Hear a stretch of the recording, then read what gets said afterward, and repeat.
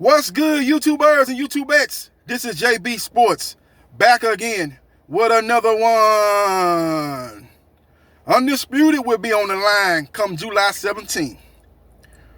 Ring Magazine Championship will be on the line come July 17th when WBC, WBA, and IBF Junior Middleweight Champion in Houston's own Jermell Charlo takes on the WBA Junior Middleweight Champion and Argentinian's own Brian Castano. This fight is going to be must-see TV, a fan-friendly fight, as both styles that both fighters bring to the table is going to mesh well and should serve as a very exciting and fan-friendly fight. Now, Brian Castano is fresh off a victory over Patrick Teixeira. That fight took place in Indio, California. As soon as that fight was over with, the first microphone that he could get in front of, he called out Jermell Charlo for Undisputed. And what he asked for, he shall receive. He's going to be in the Lions Den, literally, facing Lions only, Jermell Charlo.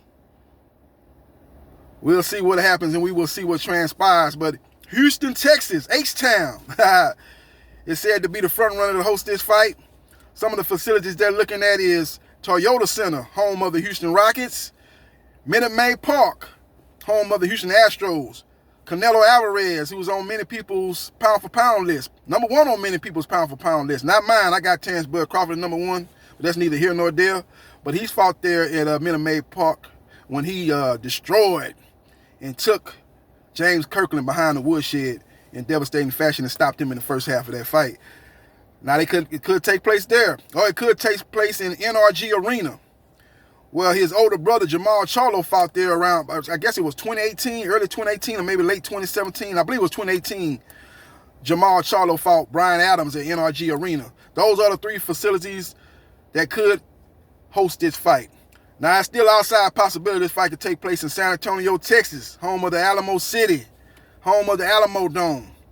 It could take place there, or it could take place where the San Antonio Spurs play. Their facility, I believe it's called AT&T Arena. That could be a possibility. Or it could take place in Hemisphere Arena. That's the old home of the San Antonio Spurs. But I don't know how good is that facility up and running. I don't know if it's still a serviceable arena to host fights there. I think they still had the rodeo there, if I'm not mistaken. So that could still be a possibility if that place is deemed a serviceable place to host an event of this magnitude. But it will be in the state of Texas. Now, these two fighters are going to put on a fan-friendly fight because both of their styles mesh well together. You've got the hard-charging, pressure cooker, guy that's going to bring all the pressure. A come forward, guy that throws punches in bunches, Brian Castano, taking on the hard-hitting, power in both hands, 3-4 punch combinations, a guy that has a good jab to the body, a guy that's a very good seek and destroy type of fighter. A guy that finds holes in your game, and then when he finds them, he attacks them. To me, he's like the Deontay Wilder of the junior middleweight division.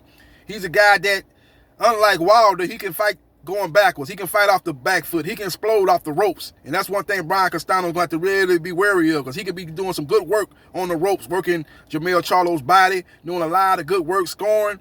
But he's always got to worry about Jermell Charlo exploding off them ropes. So the key for Brian Castano is going to be to close the distance. He cannot allow Jermell Charlo airspace. Because if he does that and he's able to sit down on his punches, it's going to be a nightmarish scenario for Brian Castano.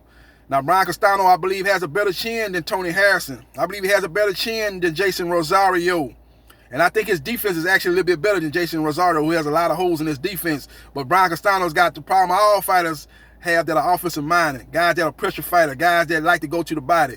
When you're that type of fighter, you're going to have to take some shots to get your shots off. And that was going to boil down to, can he take Jermell Charlo's power shots? If he can, he's got a chance to outwork and win a decision victory over Jermell Charlo. If he can't, then he will get chopped down and chopped up, just like the likes of Tony Harrison and Jason Rosario.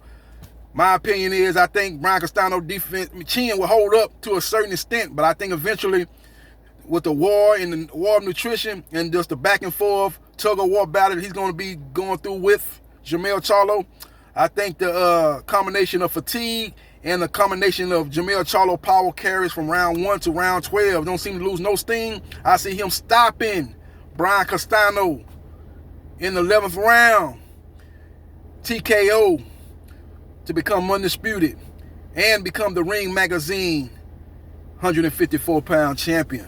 Let me know your thoughts with how you like this matchup and who you think's gonna win this matchup. I just gave you my synopsis. I just gave you my analysis. I just gave you my prediction. Let me know your thoughts. And hit the like button if you like the content of this video, and subscribe to JB Sports, the man, the myth, the legend. I holla. But before I holla, PBC is going to be announcing some more fights between today and tomorrow, leading up to the Tony Harrison, Brian Perella fight that's going to take place on Fox. So you're going to be hearing a lot of news come out of PBC as they're going to be announcing their summer schedule, basically. You should be hearing some news on Gervonta Tank Davis and Mario Barrios. You should be hearing some date for Nonito Donaire versus Arbula, if I butcher his name. You should be hearing some news on Errol Spence Jr. versus Udanis Uga. That's going to be a Fox pay-per-view from what I'm hearing. And they're looking at July 3rd. More than likely, but it's an outside chance it could be July 10th. So those are some of the fights that are going to be announced. Another thing, Mr. Gary Russell, date should be confirmed. Is he going to be fighting his mandatory for the WBC belt that he holds at the lower weight class? I guess it's 126 pounds. I don't know if that's that featherweight. I believe that's featherweight, if I'm not mistaken. You'll be hearing about that. And you'll be hearing about some smaller fights getting announced too. So expect to hear a lot of information between now and tomorrow and lead up to Saturday's Fox card featuring Tony Harrison trying to come back from that devastating emotional loss to Jermell Charlo. He said he wants a piece of Jermell again. He wants to go for the third fight. You know, the tiebreaker. Each guy's got one apiece.